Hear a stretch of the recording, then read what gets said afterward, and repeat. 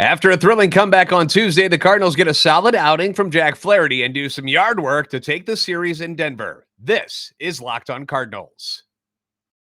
You are Locked On Cardinals, your daily St. Louis Cardinals podcast, part of the Locked On Podcast Network, your team every day.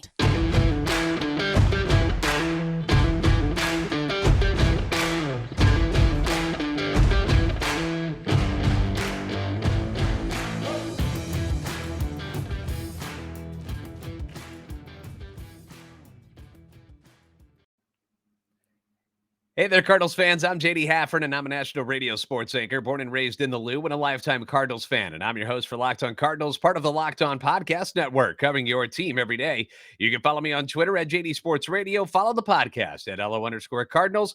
I want to thank those of you who make Locked On Cardinals your first listen every day. We are free and available wherever you get podcasts, iTunes, Spotify, Google Podcast, and on YouTube. Make sure you like, subscribe, and comment. That way you can interact with us.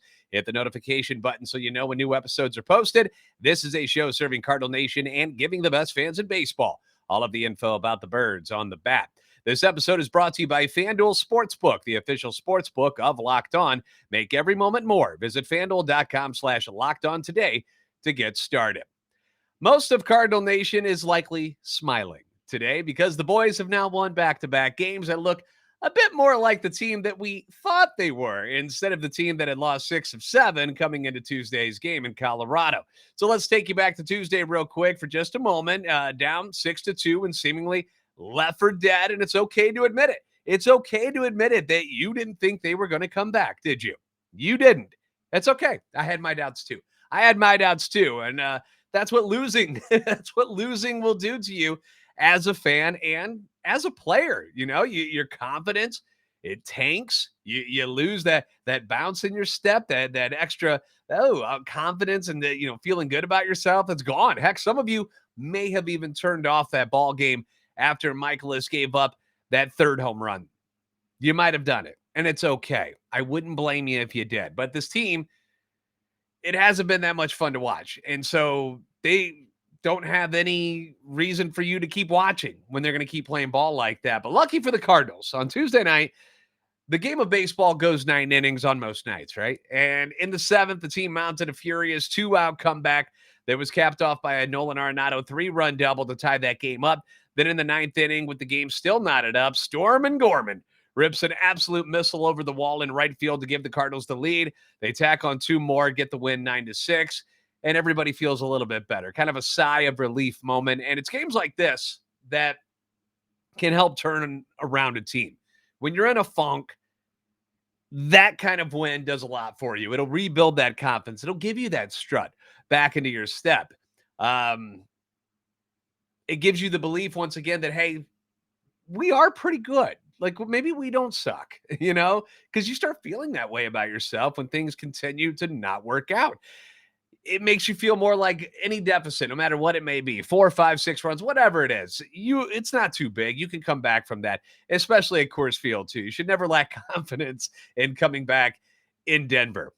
In Tuesday's game, you had Jordan Walker extending his hit streak to 11. You had that phenomenal catch by Britton Donovan in left field with the game in the balance still. You got dingers from Tommy Edman, Juan Yepez, and then Gorman in the 9th inning. Even Mikolas, bear with me, even Mikolas looked pretty darn good until that ill-fated 5th inning where the Rockies basically were taking batting practice off of Miles. I know I sound like the eternal optimist here, but besides that inning, you got to admit, Miles looked pretty darn good. A lot of encouraging signs there for Mikolas, who until that point looked more like the all-star version that we've seen from him over the years than a guy that so far this year has an ERA over 10. Yeah, that's right. After 3 starts in the 2023 season, Miles Mikolas' ERA is at 10.05. Stinks. He's going to be better. He's got to be better. He's not going to get worse than this. And those first 4 innings were proof, in my opinion, that he can be better than what we've seen so far. Hey, shout out to the bullpen on Tuesday as well, who came in and dropped the shutout hammer, allowing just 2 hits over the last 4 innings. Both of those hits were off of Ryan Helsley in the 9th inning. They didn't walk anybody. They punched out 7.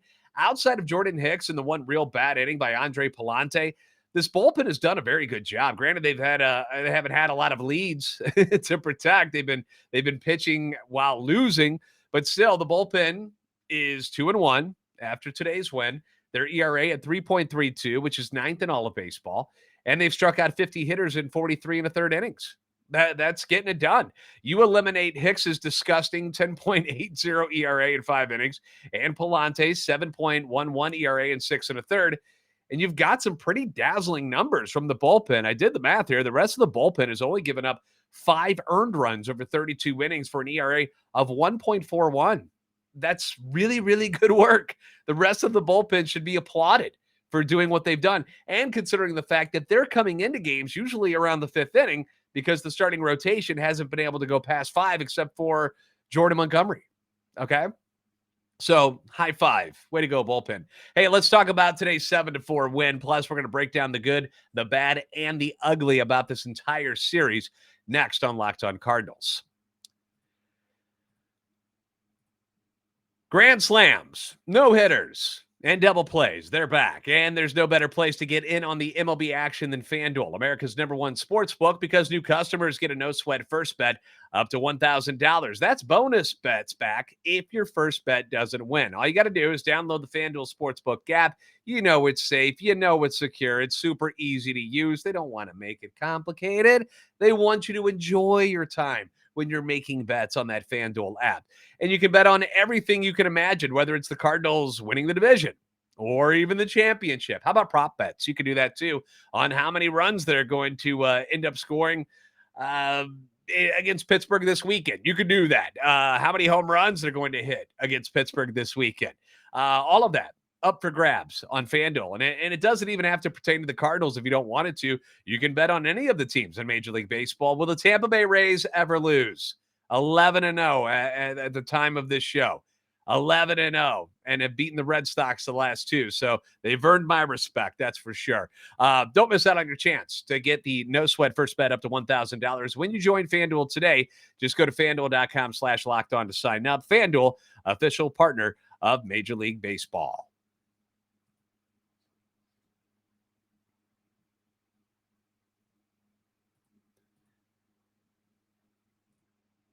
So let's talk about today's game. Jack Flaherty. He's had a very strange start to the season. Wouldn't you agree? It hasn't been the easiest by any means. 5 shutout innings. Let's go back to Toronto, that first game. 5 shutout innings, 5 no-hit innings. But again, he walks 7 guys and hits a guy. That's not great. Against Milwaukee, 5 innings, 2 runs on 4 hits, 6 walks again.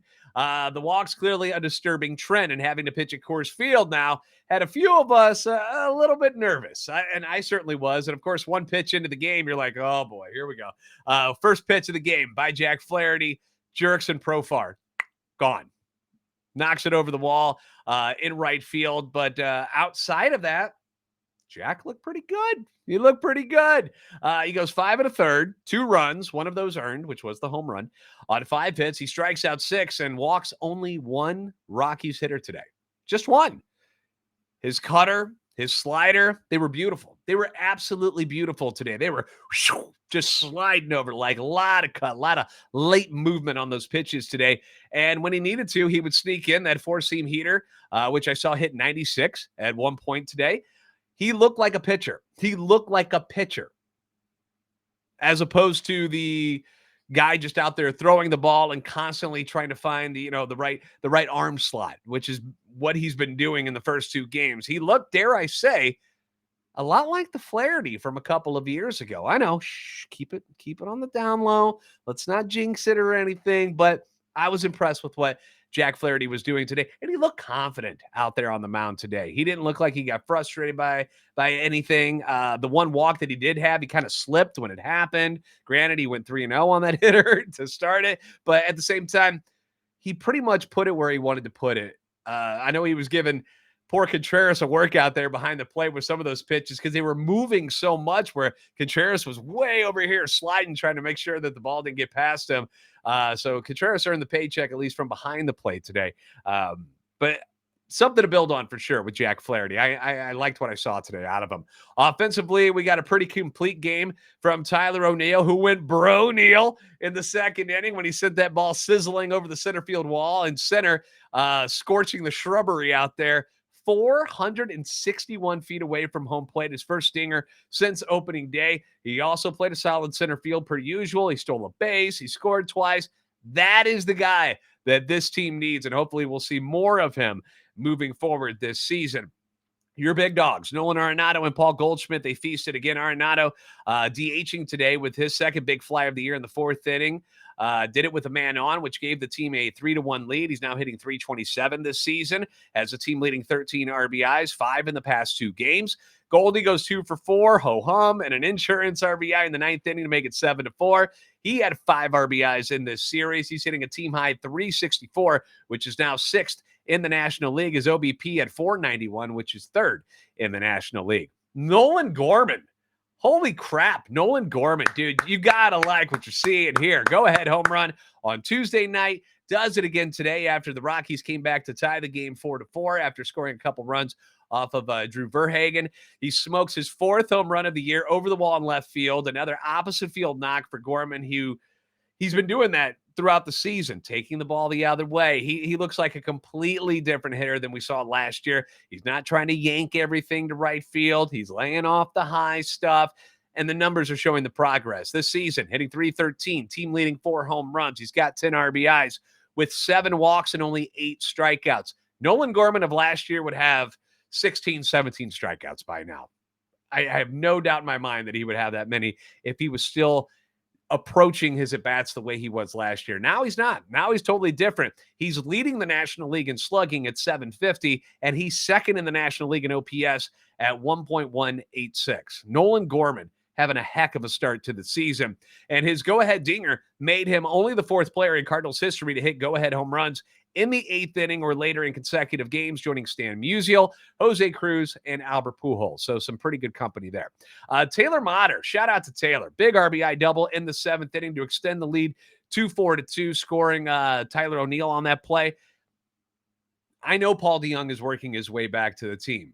And so far from everything I've heard, he hasn't been hitting very well at either of his rehab stops. But is Paul DeJong a better option than Taylor Motter, even if he is hitting a little bit better? Like, I don't know. I don't think so, to be honest. I really don't think so. Forget about the money that they're paying Paul DeJong already, because that money is spent. It's gone. Okay? Forget about that. Let's just look at the players themselves. Is Paul DeJong worth more to this Cardinals team than Taylor Motter is at this point? Because Taylor Motter can play multiple positions. He was over at third base today. He can play short. He can play second. He can play first if you want him to. Paul DeJong can't do any of that. Paul DeJong plays shortstop, and that's it. That's all he's got for you. And offensively, I know Motter isn't lighting it up by any means, but he certainly isn't worse than Paul DeJong at this point. So does DeJong have to be called up when he is finally fully healthy? I say no. I say you leave him down there until he proves that he belongs back up on this roster. But it's just a thought. I don't know what they're going to do, but I don't see any reason why you need to put Motter back down into the minors. It doesn't make a lot of sense to me. The good, the bad, the ugly of this series is coming up next. Rookie Jordan Walker is going to fall under one of those 3 categories. I'll let you guess where he's going to fall. All right, video games, people who love baseball, I'm talking to you. You're the kind of person that I like because I enjoy the video games and I love baseball, and Pro Baseball GM combines your dream of being a major league GM, and it does it with the fun and the enjoyment of a video game. At one point or another, you probably thought you could take over as the GM for the St. Louis Cardinals and do a better job than John Mozeliak is doing, and maybe you can. So here's your chance to prove it. You do it with this. You'll be in charge of managing every strategic aspect of your team. You play through the season, you lead your team to glory, or you go down in flames and you get fired. Hiring the right coaching staff, that's part of it. You got to manage the finances. You got to do scouting. You're drafting. You're handling their difficult personalities. Not everybody's going to be a fun person to be with. Navigating your franchise through free agency, the ups and downs of the season. It's all included in this game. And it's a challenging and realistic game world that Ultimate Baseball GM can provide for you. And it's completely free and playable offline, which means you can play anywhere you want to for as long as you want to. Locked On Cardinals listeners, you're getting a 100% free boost to your franchise when using the promo code Locked On in all caps in the game store. So make sure to check it out. You can download the game by visiting probaseballgm.com. You can scan the code below if you're watching on YouTube. You can see it there, or you can look it up on the app stores. That's probaseballgm.com, Ultimate Baseball GM. Start your dynasty today.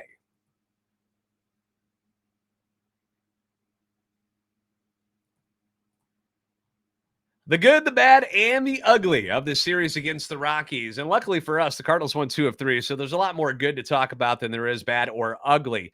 Jordan Walker, let's go to it, man. Made history on Wednesday in his final at-bat after his previous at-bat was taken away from him by some piss-poor umpiring behind the plate. I don't know what the hell these umps are doing. I really don't. As a guy that has umped before, maybe not at a great level, but I still did it. I don't understand why the strike zone moves for a right-hander or a left-handed hitter. So today, anything on the outside portion of the plate, like 6 inches outside to a right-hander, this guy was calling a strike. If it was in that same spot to a left-hander, automatic ball. That doesn't make any, the strike zone doesn't move. It shouldn't be that way. A robo-ump would have been better than what we had behind the plate today. It was frustrating, and you finally saw Walker kind of clap back at an umpire today after getting called out on strikes because it was a ball, and you're taking at bats away. And it's stupid. I don't understand why these umps do that. Anyway, moving on. In his last at bat, though, Walker ends up grounding one up the middle to extend his hitting streak to 12 games to start the season and his career. He is only the second player 20 years old or younger to do that, joining Eddie Murphy, not the comedian, but the guy who played for the Philadelphia A's back in 1912. And according to Rob Raines at STLSportspage.com, Walker's streak is the longest by a Cardinal to start the season since Matt Holliday also got a hit in his first 12 games in 2015. The last Cardinal to open the season with a 13-game hitting streak was the late Chris Duncan back in 2013. Dunk, great guy. The team record, 22-game hitting streak by Joe Torre in 1971. The major league record for the longest hitting streak to begin a career is 17 games. That was done by Chuck Aleno of the Reds back in 1941. Could be Alino, I've never heard of him. And matched by the Rockies' David Dahl back in 2016. Walker, by the way, now hitting .319 on the season. That is tops for all rookies in Major League Baseball. He also has the most hits by any rookie in Major League Baseball as well. So the bad. We touched on this already, but that 5th inning by Miles Mikolas, tough to watch. You know, you get a single, back-to-back dingers, a double, a single, a sac fly, then he throws a wild pitch. The wheels just came completely off. And I don't know if he was tipping pitches or what, but to all of a sudden have a collapse like that, it's just bad. And for a guy who just got a nice extension from the Cardinals, who is the heir apparent to Adam Wainwright as the top veteran arm in this rotation for the next couple of years to come, it's a rough way to start things here in 2023. I expect better days. I believe in Miles Mikolas. I think he's a better pitcher than this. But when it's bad, we got to point it out. So Miles Mikolas, you get the bad for this series. And now for the ugly. Willson Contreras. He hasn't been bad at the plate. It's been downright ugly. I don't enjoy watching him hit right now. Multiple at-bats in this series. It's as if he's not even seeing the ball. Like, does he need glasses or contacts or something? Because his swings were lifeless and weak. And even when he makes contact, it's lifeless and weak. He took an 0 for the series against Colorado. He goes 0 for 12. He walks twice, does both of that on Tuesday. He strikes out 4 times on the road trip, including Milwaukee. He goes 1 for 21 with 3 walks and 7 strikeouts. His batting average overall has plummeted to 179. He's got no home runs. He's not driving the ball anywhere. He's only got 2 RBIs, and only one guy on this team that has an at-bat is hitting worse than Willson Contreras right now. And that's Andrew Kisner, who is batting 100. What is it with Cardinals catchers and the inability to hit a baseball? Like, Contreras was supposed to fix this black hole that was offense at the catcher position that the Cardinals have dealt with for the last couple of years, the last remaining years of Yachty. We love Yachty, but he wasn't much of a hitter the last couple seasons. It's okay to admit that. Kisner has never been a good hitter since being called up to the major league roster. He's never been able to put together anything decent. What's up with this? Why? I don't get it. Contreras leaves 8 men on base this series alone. 8. Why is he still batting 5th? I'm a firm believer that Willson Contreras will break out of this. I do not expect 25 to 30 home runs. I expect it somewhere between 15 and 18 this year. I think he'll get there eventually. But until he turns it around and starts showing something in these at-bats, because they're terrible at-bats. They're terrible. It's like he's swinging a wet noodle up there. They're awful at-bats. Why do we not slide Gorman, O'Neill, and Walker up a spot and then move Contreras down to number 8? Like, what is he doing in the number 5 spot that is providing any production whatsoever right now? Again, he's going to snap out of it and he's going to be a good hitter later on, but he's not right now. He's not. He's not good. Something to think about lineup-wise. Also, maybe a shocker to some, I love me some Brendan Donovan. Dude started at 4 different positions over the last 4 games and has been awesome out there defensively. I even tweeted today, give me 26 Brendan Donovans any day because I love him. But his batting average is now .214 with just 4 walks and 11 strikeouts. And his on-base percentage is at .277, which is only better than Willson Contreras and Andrew Knizner, who I just ripped on. So that's not what you want in the leadoff spot for your team. Why is he still batting leadoff then? It'd be different if he was still getting on base and he was walking a bunch and his batting average was at .214. I could understand it. He's not doing that either. Like, switch it up, man. Maybe it's time to give Edman another crack at the top spot. He hasn't been so bad. He's getting on base. He's not striking out much. He's walking. Why not? Maybe Newt will get a shot at the leadoff spot when he gets back. And we did get an update on Newt today. So according to Rob Raines, again, Lars Nootbaar is scheduled to go on a short rehab assignment to test his bruised thumb before rejoining the major league roster. He will be going to Little Rock, Arkansas to join the AA Cardinals perhaps as early as Thursday night. I love seeing Newt in the dugout again. And you saw a whole lot more of the crack in the pepper. You saw that in this series as well. I guess they've gotten rid of the salt shaker. That wasn't working, so they're out of there. But give him a shot at the leadoff spot because Donovan's not getting it done. I still love Donovan. I still think Contreras is going to be good. But when you're not producing, and what did Ollie say when he took over this job? If you're not producing, somebody else is going to step in and get a chance to. I'm not saying bench these guys, but I'm saying move them down. Move them down the lineup. That's my thoughts. All right, thanks for making Locked On Cardinals your first listen. Now for your second listen, check out Locked On Fantasy Baseball. Win your league by listening to Matt and Dom every day as they bring you the best fantasy baseball knowledge possible. You can find Locked On Fantasy Baseball wherever you get your podcasts and on YouTube. The other day I was working out, listening to like 3 episodes of Locked On Fantasy Baseball because my first week in fantasy baseball wasn't great. I can do better. I want to do better. I got hit by a lot of injuries. Adam Duvall going down really stung. But they give you ideas of guys to pick up, waiver claims, guys you should be trading for, guys you should be getting rid of. It's a fun podcast. So if you like fantasy baseball, check it out. Part of the Locked On Podcast Network, your team every day. Hey, I don't want to end on a sour note. Happy flight. The guys went back-to-back games. They win a series. Going home, the Pittsburgh Pirates come to town for a 4-game series, which begins on Thursday at Busch Stadium. Jordan Montgomery will be looking to go 3-0 on the season against Vincent Velasquez for the Bucks. First pitch at 6:45 St. Louis time. Oh, by the way, the Cardinals also climbed out of the cellar of the National League. They were in the basement 2 games ago. They're back up now, and they're ahead of 4 or 5 different people. So that's good news. If you haven't already, please give us a follow on Twitter at @LO_Cardinals and at JD Sports Radio. Like, subscribe on YouTube. You're the best fans in baseball for a reason, and I'll see you next time on Locked On Cardinals.